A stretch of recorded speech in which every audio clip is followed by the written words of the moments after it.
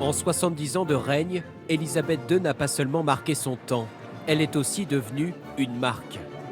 Partout dans Londres, des boutiques vendent une impressionnante série d'objets à son effigie, à rendre jaloux les rois des produits dérivés, Bob Marley ou Harry Potter.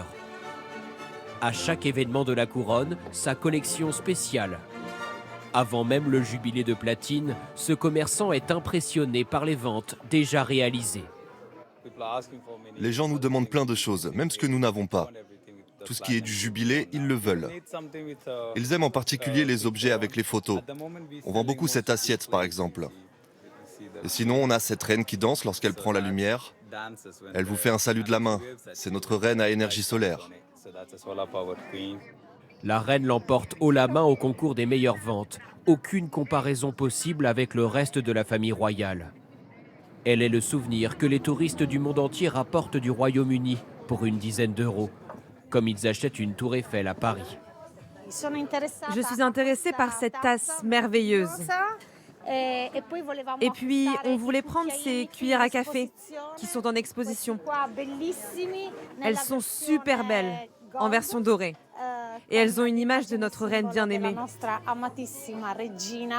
Comme on est à Londres, on cherche le truc qu'on n'a pas dans la collection. Moi, je cherche des salières en ce moment.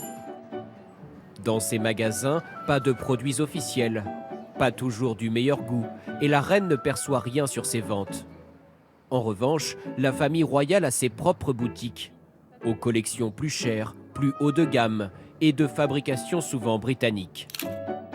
Élisabeth II salue régulièrement le travail de ses artisans locaux, ici avec les fabricants de la porcelaine du Jubilé, dont Pamela Harper, que nous sommes allés rencontrer.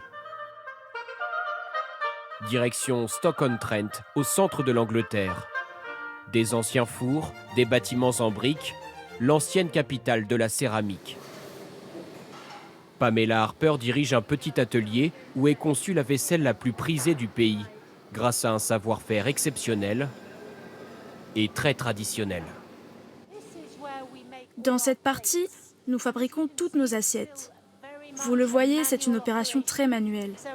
Je dis souvent que c'est un peu comme faire de la pâte à pizza.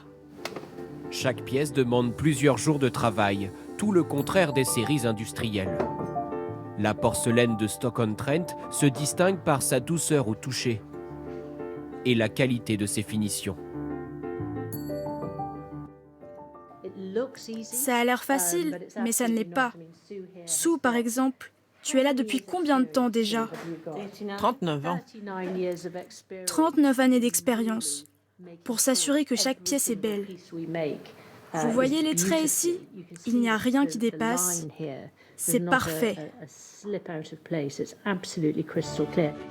Attention toutefois aux dégâts sur votre portefeuille. 410 € la théière, 170 € cette assiette. Le prix du jubilé sans doute. Il doit permettre de soutenir cet artisanat britannique de luxe qui résiste difficilement aux fermetures et aux délocalisations.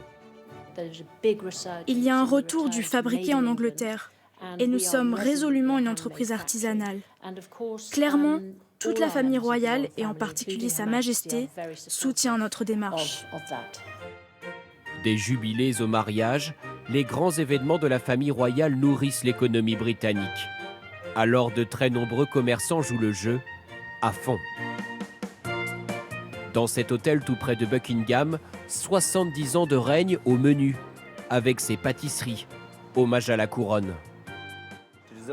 Nous reproduisons les joyaux de la couronne. Et là, c'est le carrosse qu'elle a utilisé lors de son couronnement.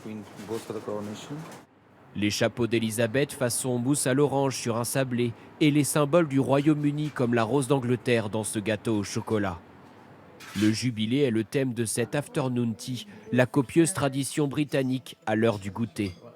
Ces vacancières américaines en resteraient presque bouche bée. Je crois que l'étage du dessus est le plus spectaculaire. J'adore la manière avec laquelle ils ont pensé à chaque élément de la vie de la reine. Les professionnels du tourisme, grands gagnants de ces festivités. Pour eux aussi, impossible de cacher leur enthousiasme. Tout le centre de Londres va ressentir les énormes effets du jubilé.